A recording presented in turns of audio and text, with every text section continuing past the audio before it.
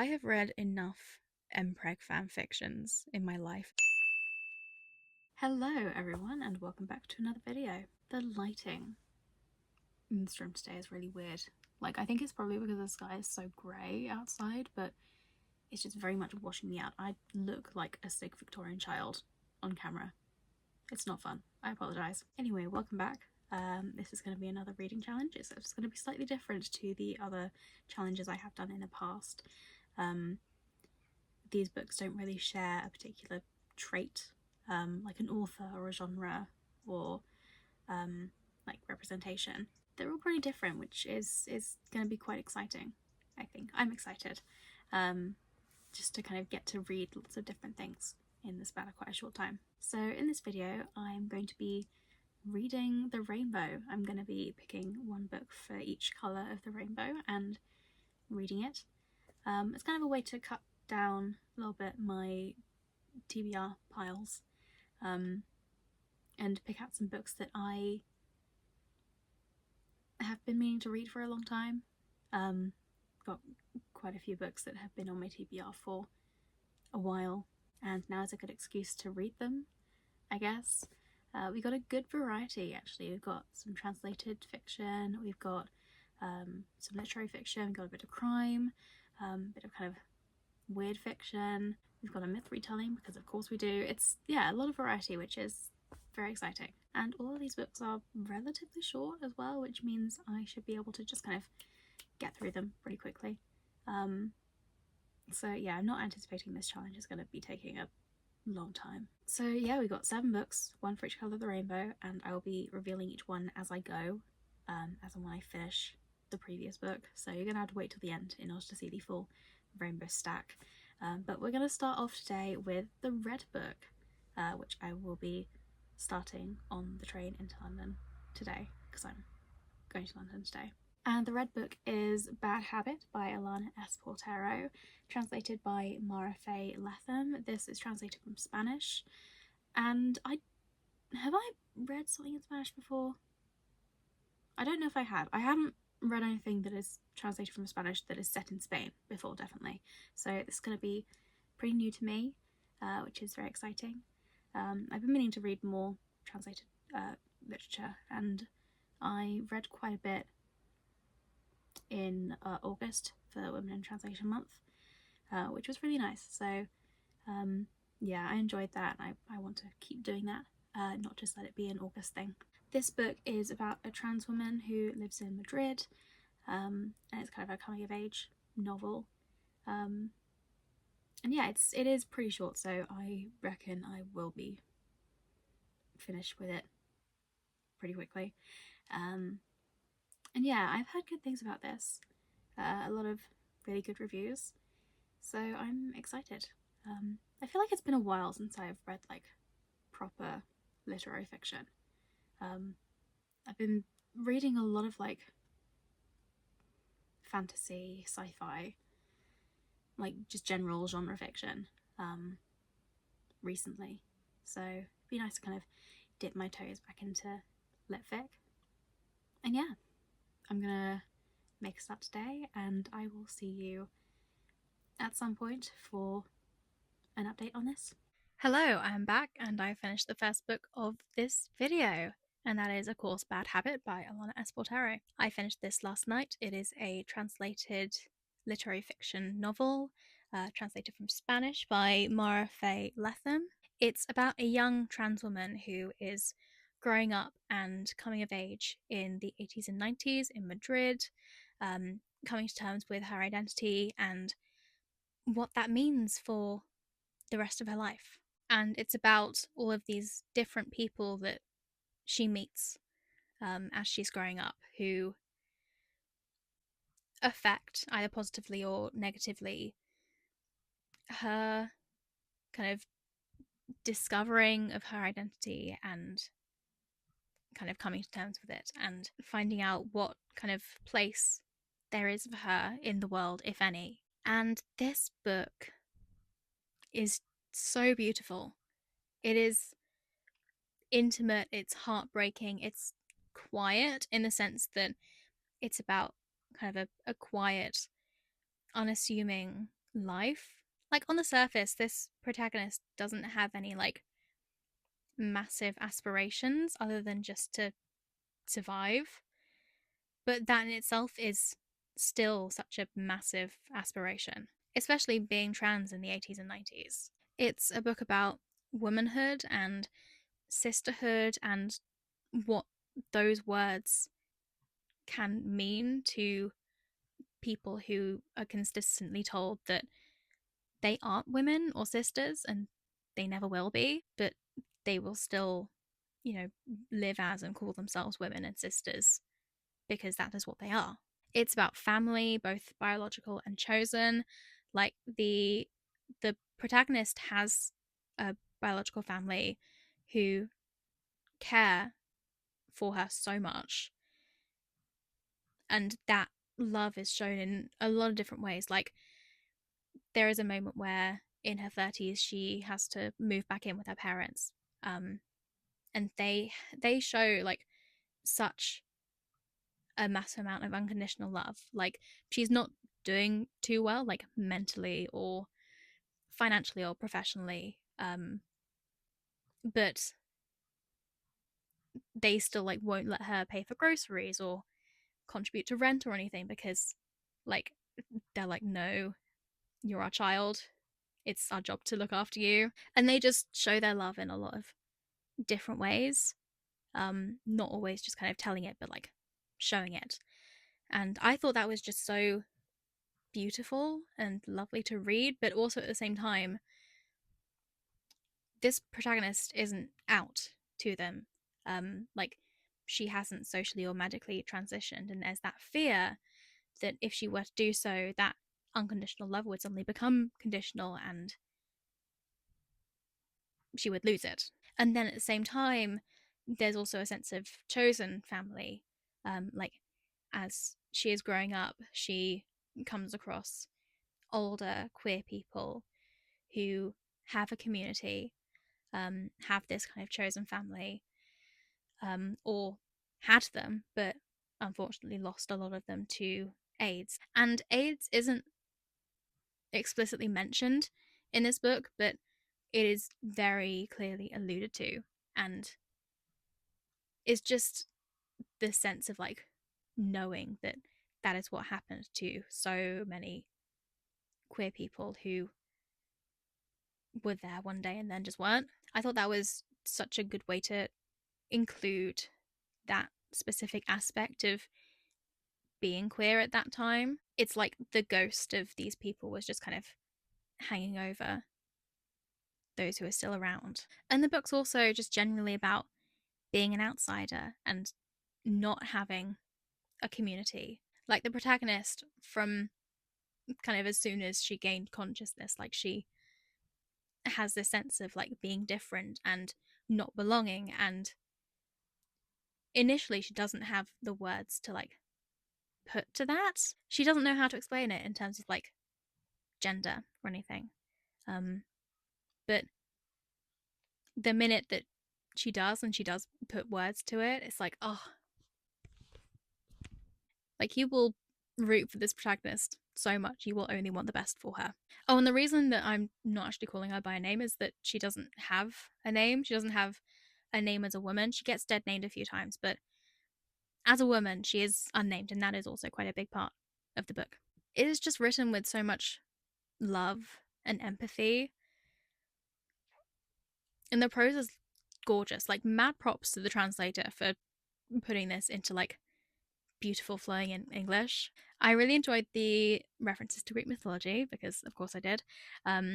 There are odd references to mythology and ancient history scattered throughout the book, and the protagonist will kind of link figures from mythology with significant people that she has come across in her life. Like, there is someone who is alluded to as Medusa, someone else is Circe. Um, her first kind of boyfriend is Bagawas, who is the Persian lover of Alexander the Great. Yeah, that was a really interesting narrative device. I think that's all I really want to say about this book. I think I probably said it all. Yeah, this was fantastic. Definitely a highlight of the year. I truly believe that if everyone were to read this book and fully digest it, I think the world would be a slightly kinder place to live. And I think there are quite a few books you could say that about, but like this is definitely one of them. So yeah, that was Bad Habit, and that is the red book done. Moving on to the next color in the rainbow, which of course is orange. And I have chosen, let me just grab it, this book, The Heir of Venus by Laura Shepperson, which is an Aeneid retelling. I love the Aeneid. I have done ever since I studied it several times at school. So I'm very interested to see this different take on it. I believe this is narrated by each of Aeneas's wives because he had multiple. Um, and yeah, it'll be interesting to see the story from their perspective, I guess. So I'm going to make a start on this and I will let you know what I think. Hello, welcome back. Do you like the outfit? Do you like the clip? This isn't an orange light, it's a clip that I'm using to hold my hair up, just so we're clear. Do you see that I'm trying to dress on theme for each of the books that I'm going to be talking about in each section of the video? Have you put that together yet? Because that is what I'm trying to do. Although in planning my outfits, I have had more choices for certain colours than others. This was pretty much my only option when it came to orange. I don't own a lot of orange clothes. So yes, I have just finished my orange book for this video, The Heir of Venus by Laura Shepperson. This is a retelling of the story of Aeneas, told by his wives, his lovers. So you have Creusa, who's his first wife, in Troy, who is killed in the aftermath of the Trojan War as the city falls. Then you have Dido, who is his lover in Carthage, who he stays with for about a year, um, until he is told by the gods that he needs to move on and found that city already, like they told him to. And then finally, you have Lavinia, who is a princess of a tribe in Italy, where Aeneas settles, and she ends up becoming his either second or third, depending on the legitimacy of his marriage to Dido, his final wife, essentially. I read this book in 2 days. Less than that. I started this last night. I read about 100 pages before I was like, I need to go to sleep. And then today I read the rest of it. So yeah, over 200 pages. I could not put this down. I found it very well paced, um, almost too fast paced, I would say. It's not slow at all. I think that is helped by the fact that the narration is non chronological. It doesn't kind of start with Creusa and move through Dido to Lavinia. It actually starts with Lavinia, and it has alternating POVs. And yeah, it is non chronological, which I like in a retelling. I'm not the biggest fan of chronological retellings because I find that they're just a little bit boring. It kind of, especially at the start, waiting for the action to happen, and there's just a lot of exposition. And especially for me, because most of the time I already know what is going to happen. I'm just like, okay, I know what is going on. Just get to the good stuff already. With non-chronological retellings, I think it's a much more interesting way to go about telling the story. Um, so yeah, I do find though with multiple POVs that sometimes you get perspectives and characters that you prefer to read about rather than others. Characters that are a bit more fleshed out or more time is spent on them, and I did get that vibe with this book. I think a lot of time is spent on Lavinia in particular, fleshing out her character and just kind of exploring that final part of the Aeneid. There is just proportionally a lot more time spent on the war in Italy rather than the Trojan War or the Carthage saga. And I think that did wonders for Lavinia's character. I definitely found her the most compelling out of the three women. She is very kind of independent and she knows what she wants. Um, she is just very practical as well. Like, she's smart, she's intelligent. She knows about like diplomacy and strategy and stuff, and she's not afraid to call Aeneas out and treat him as an equal. So yeah, I really liked her. I liked Creusa as well. Like where Lavinia is practical and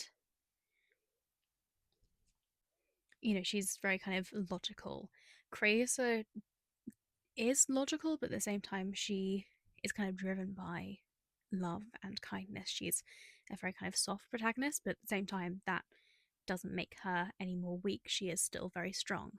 Dido, on the other hand, I was slightly less compelled by. I think less time is spent on her. Her chapters are quite a bit shorter than the other women's, which means that she is less fleshed out as a character.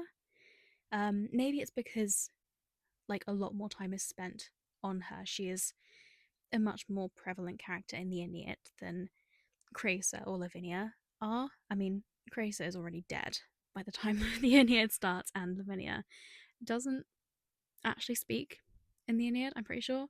Whereas Dido is this, she's a full on character who is powerful and has wants and needs, and she has backstory, she has lore to her. So less work needed to be done to kind of flesh her out as a character in this book. But at the same time, that doesn't mean that you can get lazy with her character. You still need to include all of those aspects of her character that are already in the Aeneid, and more even. And yeah, it's just the fact that her parts were shorter and less time was spent on her. She was a little bit more of an afterthought, when actually she is a very interesting character. She is, she's like the queen of Carthage, and you don't get a lot of like sole female rulers in mythology. So like that is interesting. I think reading this book has like made me realize how much I desperately want to read a book that is solely dedicated to Dido and have a retelling just from her perspective that, does her justice. So yeah, that there was that. Aeneas was an interesting one. Um, he's kind of presented in this book as someone who refuses to take responsibility for his actions, because in the Aeneid he is kind of driven by the whims of fate and the gods.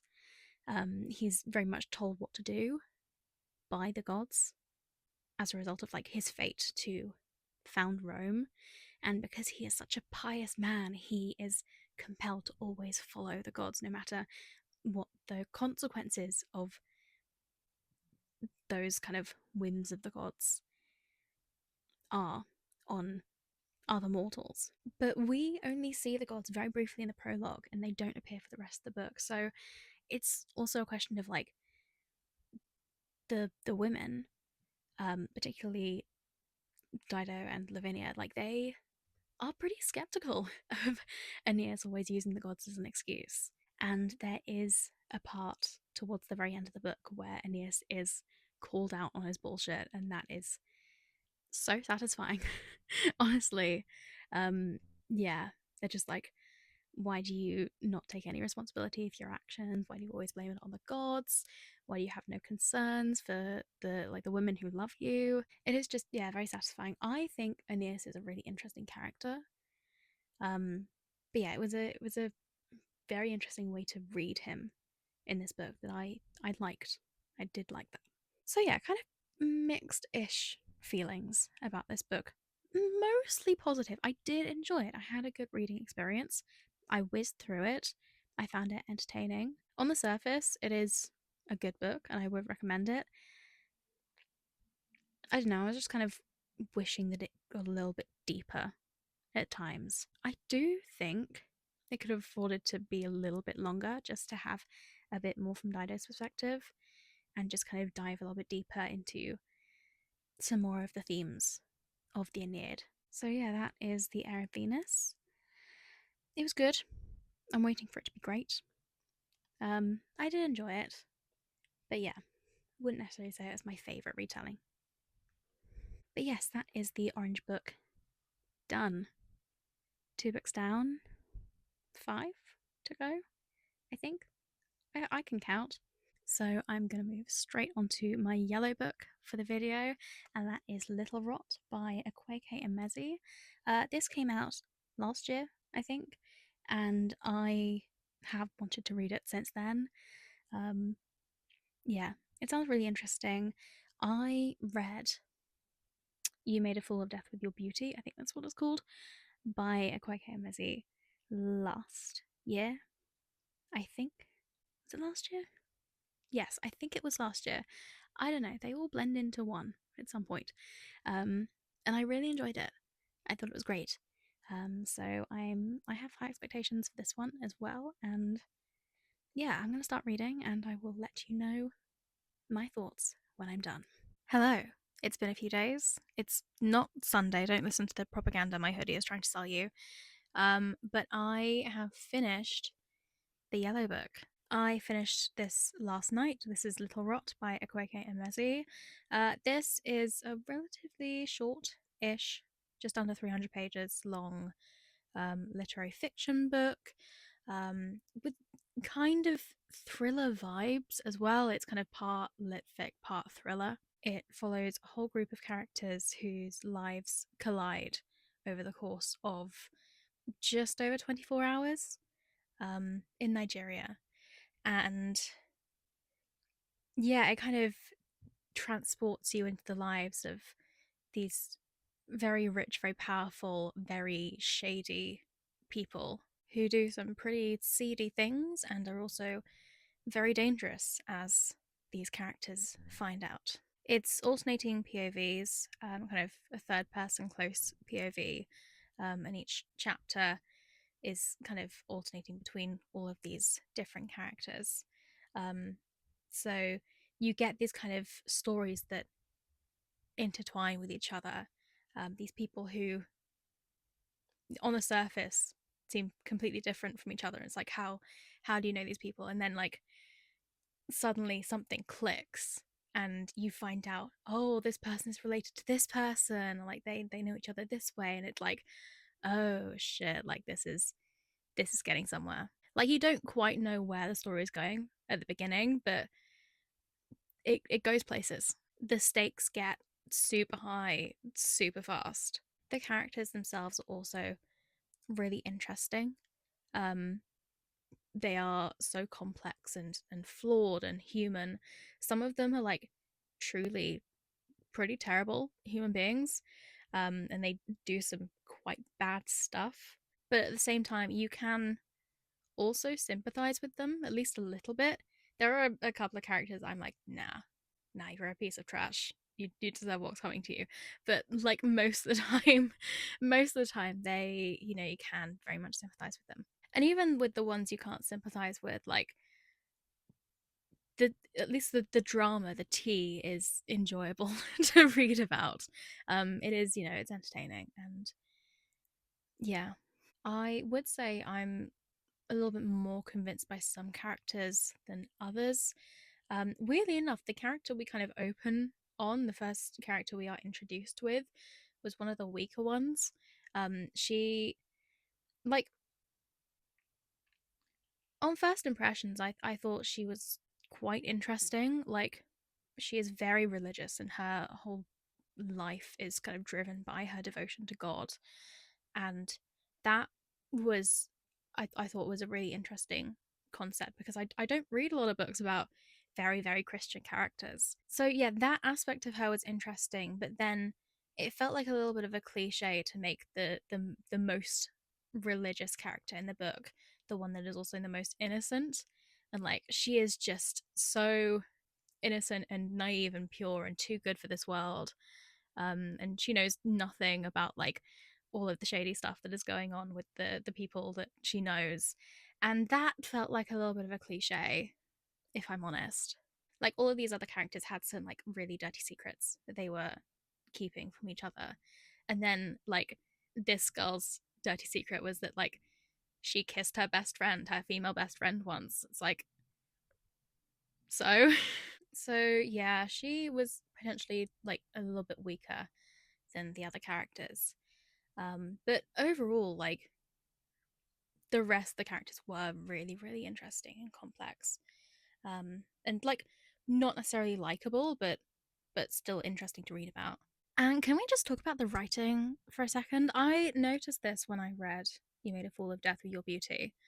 And like that book is more kind of romance coded. It's like there is a love story there. It's kind of a lit fic book that is romance coded. This is a thriller coded lit fic book. So slightly different genres, but the writing quality is still fantastic. This has phenomenal writing. It is so gorgeous, so beautifully and thoughtfully composed. It's like almost addictive. I understand why someone described this on the cover as addictive because it is just so addictive. I cannot get enough of this writing style. I do want to read, I think, the first little paragraph just to give you an idea of like what I'm talking about. Let me just open the book first. Okay, chapter 1, Friday, 6:46 p.m.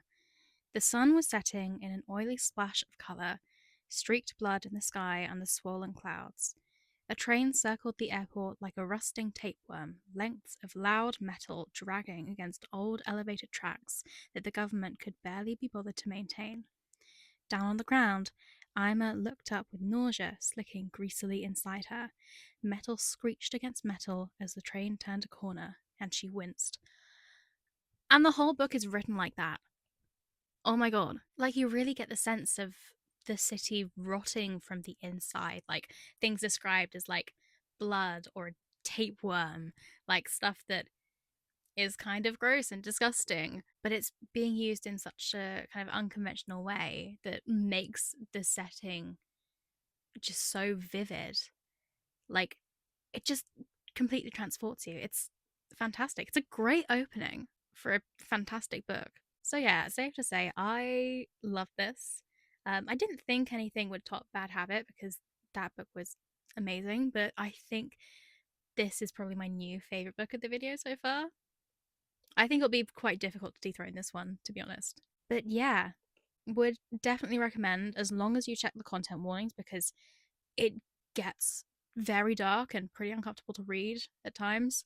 So yeah, check the content warnings. But I don't know, if you're up for it, I would definitely recommend just based on the writing style. But that means that I can move straight onto my green book for this video. So I've chosen Earthlings by Saki Murata.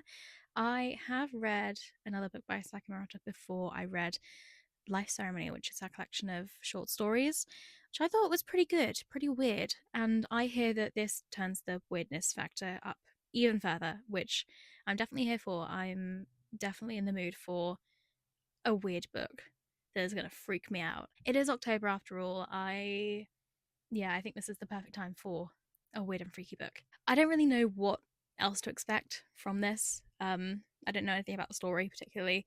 It's been a while since I bought this, and I should probably actually look at the look at the blurb on the back before I dive into it. But yeah, don't know what to expect. I hope I enjoy it. Definitely. But yeah, I'm gonna read this. It's relatively short, so I don't think it should take me very long. So I'm sure I will be back in a couple of days to let you know what I think. Well, weird was what I wanted, and weird was definitely what I got. So I finished Earthlings by Saki Murata last night, and I definitely hold it responsible for weird dreams I had overnight. This book is about a woman called Natsuki. Natsuki? Yes. Natsuki, who believes that she is different from her family and her friends. She believes that she's an alien from another planet. She also believes that she is a wizard. A wizard? A magician. Sent to kind of fight the forces of evil. Um, this book follows her first as a girl and then as an adult, where she has grown up and married. Um, and throughout her life, she feels the pressure to conform to these very strict societal norms, and like these very kind of particular milestones in one's life, like marrying and having children and like settling down and stuff like that, making a family. And because she doesn't want to do that, she doesn't feel that kind of pull to do that. She believes that she is an alien because she doesn't fit those very kind of strict standards that are set by society. And the book kind of culminates in her and her husband and her cousin, um, who she was very close to when they were younger, but they haven't spoken to each other in years and years. Um, they kind of come together and kind of fully decide to completely reject these societal standards and start a new life. And it gets weird. So, yeah, honestly, I have no idea how to even go about reviewing or rating this book. Like, I don't know. I guess it was interesting. Like, I feel like most of the books that are translated from Japanese that I have read share this kind of similar theme of discussing societal norms and these characters who reject them and then feel ostracized or different in some way because of that. I saw that in Miyako Kawakami's books that I read earlier this year. I guess it's probably because there is this kind of pressure in Japan. They have this culture of conforming to norms, to these kind of unwritten social rules. And so I guess it is a popular topic to write about, this kind of discussion of what might happen if people were to reject these rules. But like this takes it to a completely new level, honestly. I don't know, I feel like a lot of the stuff that happened in this book was kind of written just for shock value. um the start of the book that follows Natsuki as a child, like I really felt for her a lot. Like a lot of pretty terrible things happened to her in the book, and it was pretty uncomfortable to read. That doesn't necessarily mean that it's a bad book. I don't think it is. But it wasn't very enjoyable for me to read personally. Um, so yeah, the first part when she's a child, that is kind of sad. It's just a bit sad. It's not really weird. It's just sad.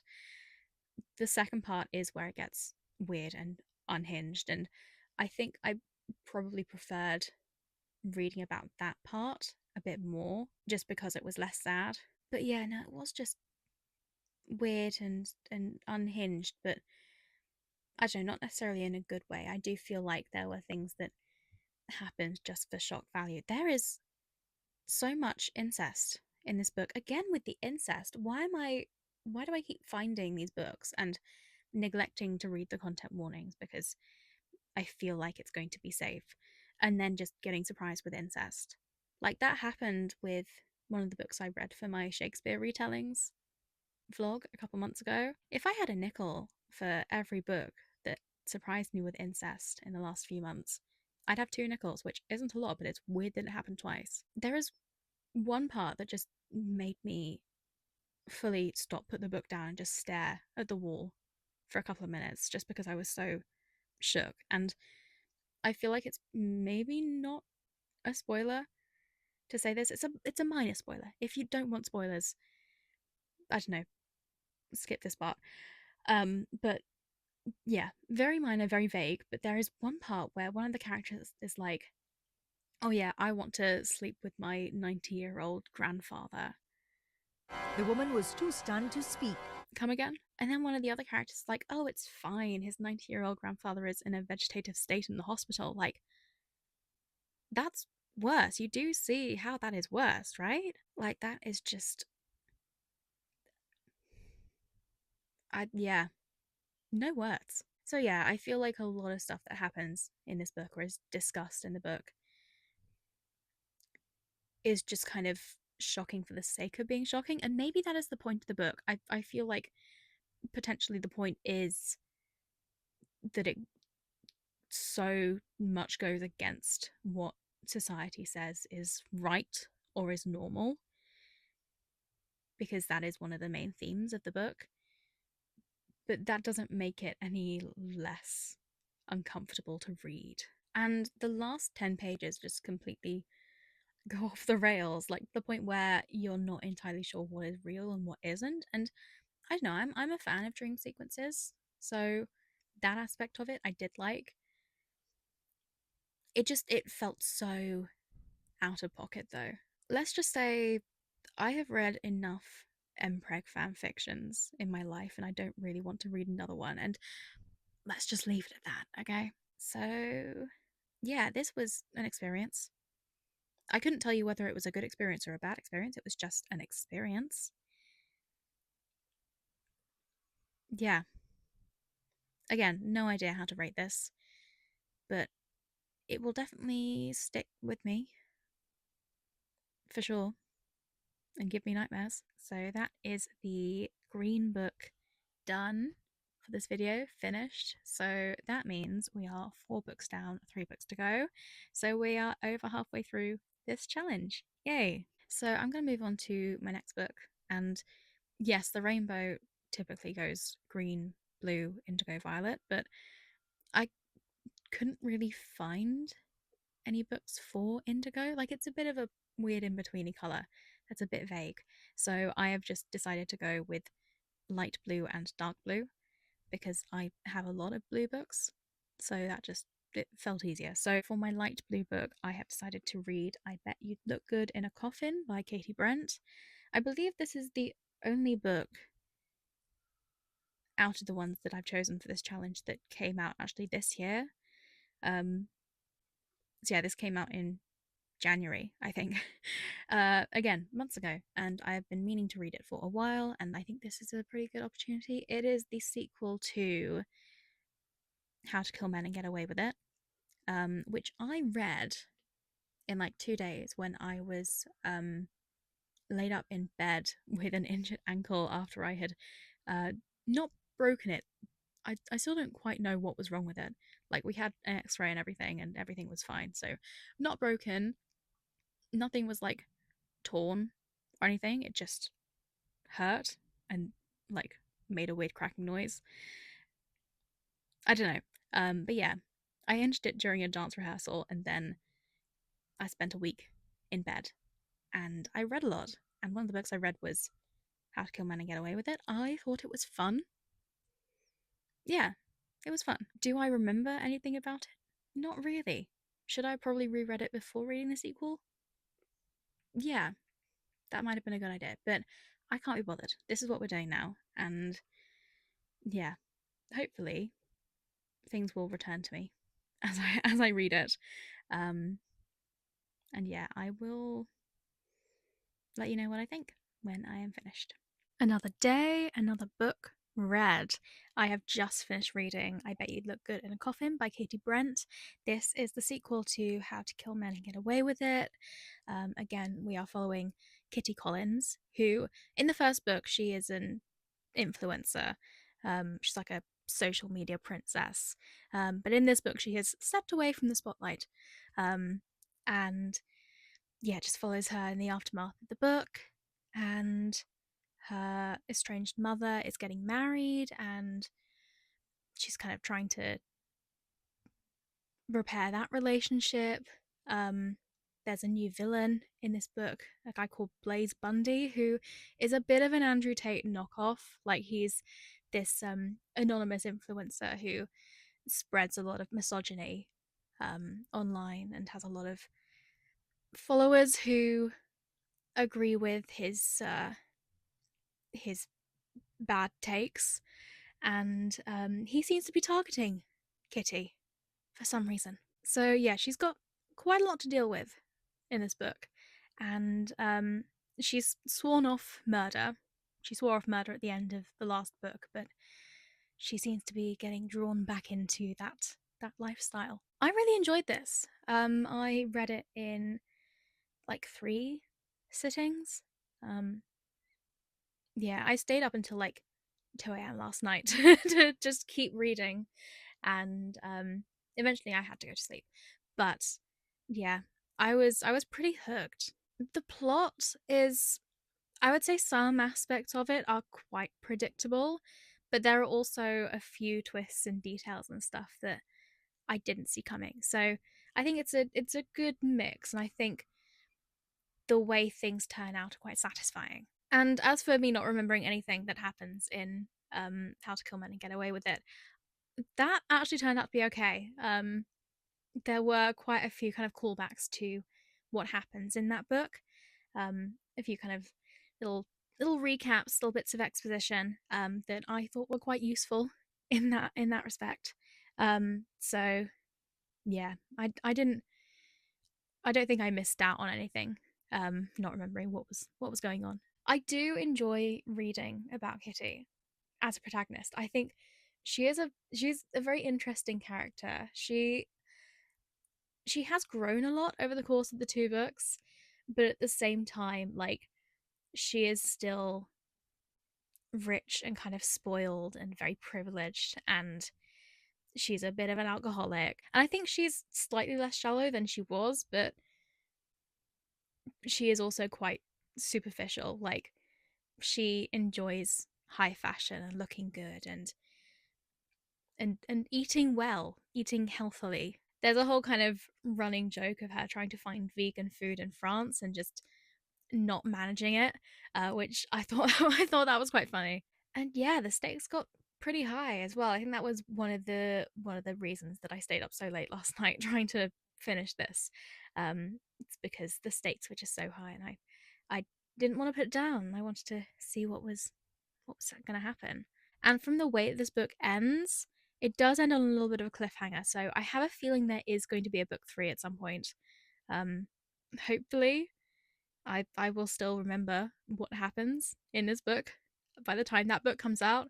But I'm very excited. It does have a pretty good ending that is going to keep me interested to see what happens in the next book for sure. So yeah, overall, like, this is still relatively surface level. It's not like massively groundbreaking in any way. It is kind of your standard like revenge thriller, um, good for her type book. It doesn't do anything particularly special, but it does do what it's supposed to do very, very well. And I did very much enjoy it. So yeah, not really much else to say. I realize that this is probably going to be the shortest review in this entire video, possibly on my entire channel. But yeah, no, I enjoyed this for sure. So moving from light blue to dark blue, we only have 2 books left to read in this video, and my next book is going to be Enter Ghost by Isabella Hamard. This is, yeah, it's mostly dark blue. It's a little bit less kind of that color than the rest of the books, but I have been meaning to read this book for ages. It is on my list of 25 books to read in 2025, so this is just a good excuse to get it done. Yeah, I am really excited to read this. I've just been putting it off because it's never really felt like the right time to. But I've been reading a little bit of literary fiction in this video, and this I feel is very much literary. So yeah, I'm in the mood for it. I don't really know what else to expect, really. I bought this book so long ago that I can't really remember what it's about, but I'm sure it will come back to me as soon as I start reading it. And yeah, I guess I better start reading. I will see you in the next update. I finished my dark blue book for this video this morning. This is Enter Ghost by Isabella Hamard. This book took me nearly a week to read, I think. Um, it's not the kind of book that you can just blitz through, kind of binge over the course of like a day or two. Um, this is very much a book that you have to read in kind of small increments. The book follows an actress called Sonia who is visiting her sister in Haifa, which is her parents' hometown. And Haifa is originally a Palestinian town, but it is now in occupied Israeli territory. And there's quite a bit of tension there between the Israeli settlers and what remains of the native Palestinians. And um, as someone who didn't grow up there, Sonia grew up in the UK. She very much feels that tension there. So she's visiting her sister, and her sister's friend, who is a director, convinces her to join a production of Hamlet that she is directing in the West Bank. And Sonia at first is a little bit like, I don't really want to do any kind of acting work while I'm here because I really wanted to like get away from work, um, because there was a bit of a showmance gone wrong in her last couple of productions, that she wants to escape from. But she is ultimately kind of drawn in by this group of actors that um, this director Mariam has recruited. Um, Kind of a bit of a ragtag group of actors with a little bit of kind of struggle for power and stuff. They all have their own opinions about the text and stuff. They're very different. There's a little bit of kind of unconventional casting going on, but they all have a lot of faith in this play and staging it in the context that it is being staged in, um, in occupied territory. And yeah, we kind of follow the development of this play, um, from rehearsals through to performance, as well as Sonia kind of dissecting her past and her relationships with her family and her family's relationships with Palestine, and even her past like romantic relationships as well. Her kind of debate over whether starting a family is something that she would want to do. So yeah, it is a very introspective book. It's a bit like a character study in a way. But yeah, I found it very interesting. It is so dense. The pacing is really slow, because there is just a lot of this introspection. Um, like the action doesn't move particularly quickly, especially at first. But yeah, it's quite character focused in that way. And I did find that level of introspection quite interesting. Um, I definitely learned a lot about what life is like as a Palestinian, both in Israeli occupied territory and also in the West Bank. Like in both places, you're kind of always under threat of like having your freedom restricted or removed completely by Israeli settlers. And there's a lot of discussion about not just theatre but like art in general as a means of healing and rehabilitation, and kind of processing stuff that you have gone through and also stuff that like your ancestors and your people have gone through in the past. Studying the play and working with a lot of different people from all walks of life kind of forces Sonia to really dig deep and dissect a lot of feelings and thoughts that she has had about herself and about her place as someone who is both British and Dutch and Palestinian. She does start the book feeling like very much an outsider within this group of actors, but then by the end she's very much one of them. So yeah, I did find it really interesting. The pacing did feel very slow, sometimes too slow. There are sections where it is written more in the style of, I'll see if I can find a place. Like here, for example, it's written in like a script format where it is dialogue and then occasionally like stage directions. And I really enjoyed those scenes. They take place mostly kind of in the rehearsal room. Not even like when they're reciting the lines from Hamlet. It's also, you know, when they're discussing the play and like just kind of having conversations about like the logistics of the rehearsals and the play itself. And I liked those sections because it really felt like the pace was sped up quite a bit because it is mostly dialogue. Um, so yeah, that helped, I think, definitely. But yeah, overall, I would definitely recommend this.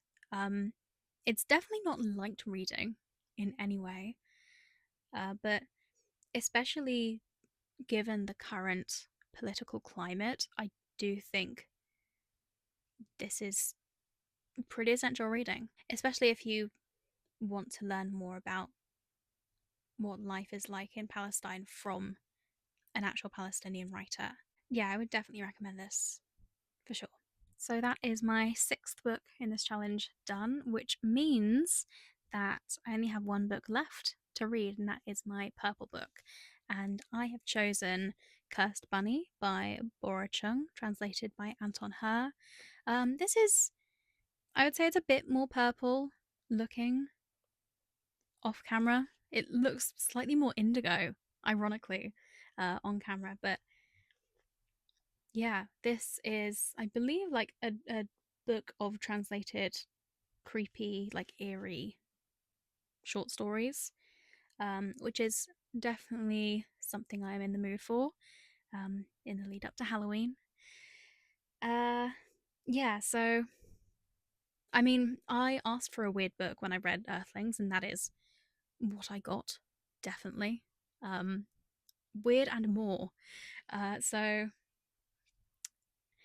yeah, I'm a little bit hesitant to want to expect anything from this book in case I actually do get it and more. Um, but yeah, I've heard really good things about this book. It has been on my shelf for ages and ages, and I just have never been in the mood to pick it up. But I think now is very much the time. So I'm gonna do that now. I'm going away for a few days, and I don't really want to bring all of my equipment with me to film. So I think hopefully I will read the whole of this book in the days that I am away, but I will see you when I get back and update you then. And I will probably have some more kind of coherent thoughts about it anyway, because I will have had some time to think about it. So, yeah, that is the plan, and I will see you in a few days, I'm sure. Hello, I'm back. I'm back home. I'm very tired. But I did end up finishing Cursed Bunny by Bora Chung. This is my purple book of the video. This is a collection of 10 translated horror stories, translated from Korean by Anton Heir. And there's a little bit of a range of like subgenres within the horror stories. There's a bit of like your classic horror, there's a little bit of kind of paranormal stuff going on. There's a little bit of sci-fi. Um, yeah, there's a range of things. And overall, I enjoyed this. I sped through this really. It's only like 250 pages long, so it's not particularly long. But I didn't really want to put it down. I just like every time I finished a story, I just wanted to turn to the next page and keep reading more. The stories are eerie and mysterious. They're not like particularly scary. Um, there's not like a whole load of violence or like gore or anything. It's more just like they are kind of unsettling. They feel like kind of modern fairy tales. There is very much a kind of Brothers Grimm feeling to them. Some of them read more like fairy tales than others. There are a couple that are like almost high fantasy. Um, there's kind of like these epic fairy tales and like fictional worlds, but all of them kind of have that like moral element to them. There's kind of a detachment from the characters, as if you're kind of looking down at them, which is something that the Brothers Grimm also kind of do. My favorite stories were actually the ones that were like less fantastical and more kind of grounded in reality. Um, those are the ones that kind of felt a little bit more scary to me, a bit more kind of horror. Um, ironically, because it was like I don't know, I most of the time don't find like unrealistic things, like fantastical things, particularly scary. It's more like the stuff that could actually feasibly happen in real life. So like you had things discussed in some of these stories, like medical misogyny, um, and like the pressure to get married and start a family and like have stability in your life, um, and also like the fear of losing all your money as well. Like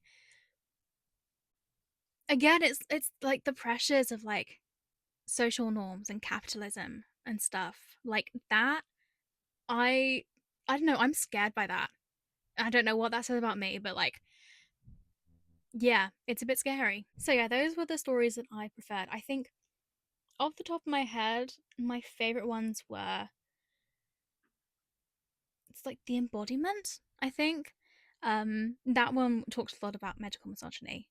Um yeah, and there was also um Home Sweet Home, I think is the title of it. Um which is more about like losing all your money, but it's also kind of a revenge story as well, which I also really enjoy. Um, and yeah, both of those were really, really good. There were a couple of skips, I would say, especially towards the end. There were like a couple of stories that kind of fell off a little bit. Um, so yeah, some of them were a bit mid, but when the stories were good, they were really, really good. So yeah, overall, I would definitely recommend this. Check content warnings, which I think goes without saying when you're reading horror books. Even if like they're not particularly scary, they like these stories can occasionally cover some quite dark themes. But yeah, if you want something that is kind of genre bending and mysterious and just weird, really, yeah, would definitely recommend for spooky season. I think spooky season will probably be over by the time I finish editing this video, but you know, every season is spooky season in this house. So yeah, that is Cursed Bunny by Bora Chung, and that is the purple book for this video finished.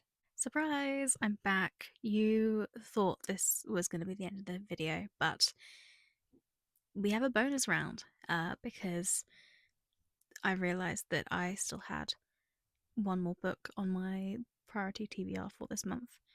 Um, it's a nonfiction book because I've been trying to read at least one nonfiction book every month, and I had yet to read a nonfiction book this month. So I have that, and it's also one of the few books I have left on my list of 25 books to read in 2025. So this felt like a good opportunity, and it just so happens to be a color that's not on like the official rainbow, but it's still a color. It it works. If you haven't worked out, it's a pink book, so hence everything. I'm gonna keep this relatively brief. A, because I hate this jumper and it's really uncomfortable and I want to take it off soon.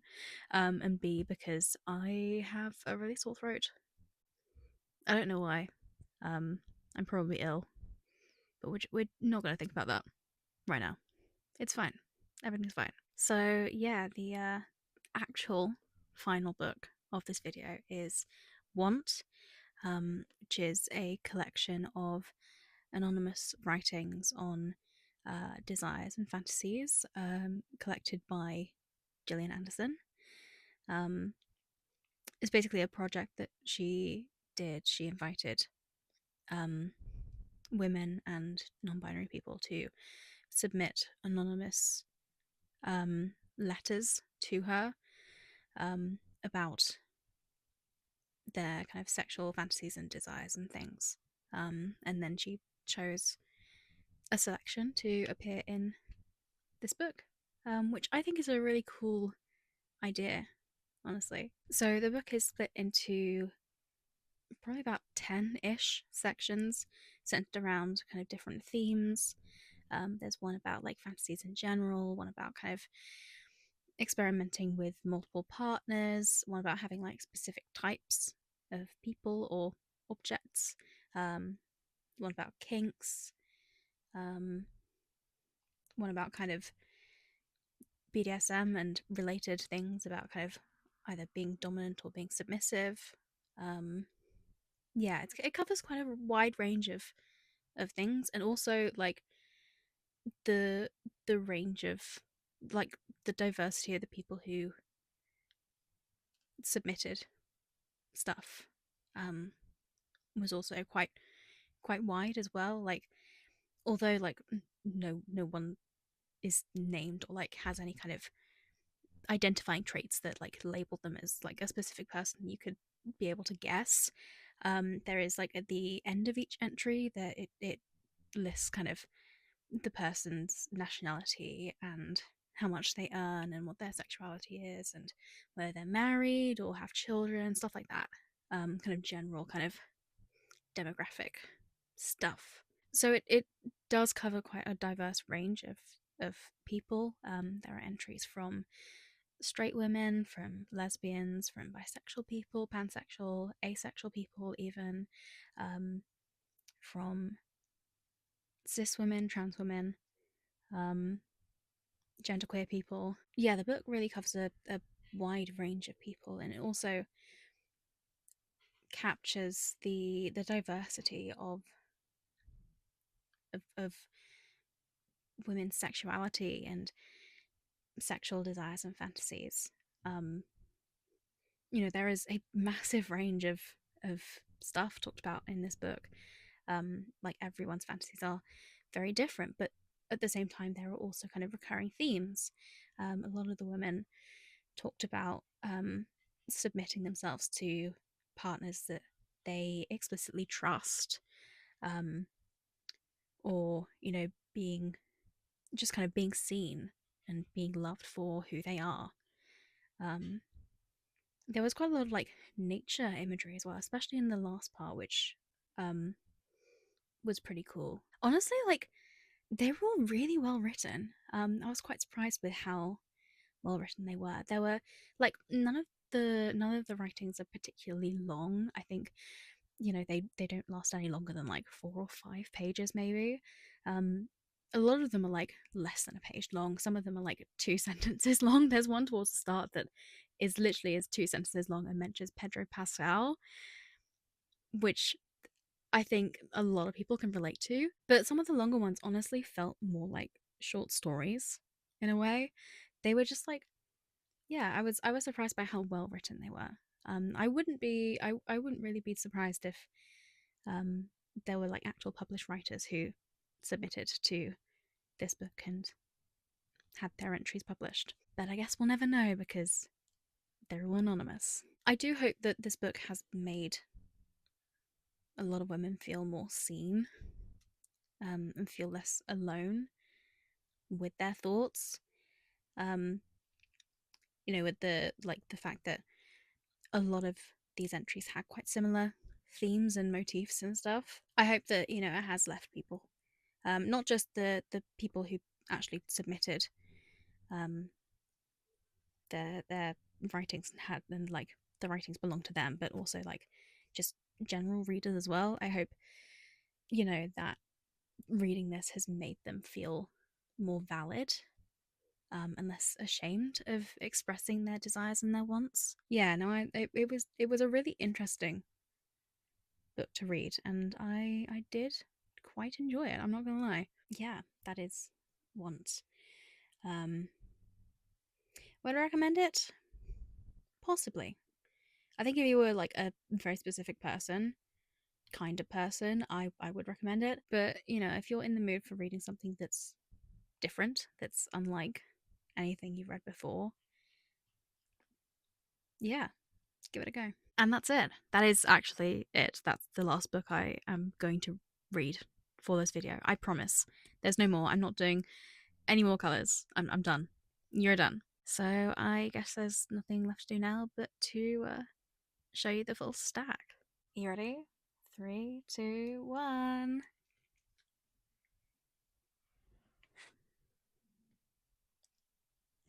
Look at these. That's a cool gradient, isn't it? I'm quite proud of that actually. I chose good books with good colours. Yay. So just looking at the books that I have read in this video, I think I chose some pretty good books. Actually, there weren't any outright flops in this video. Some books were better than others. Some were absolute bangers. Like Bad Habit and Little Rock were both so good. Yeah, those were definitely my favorites for the video.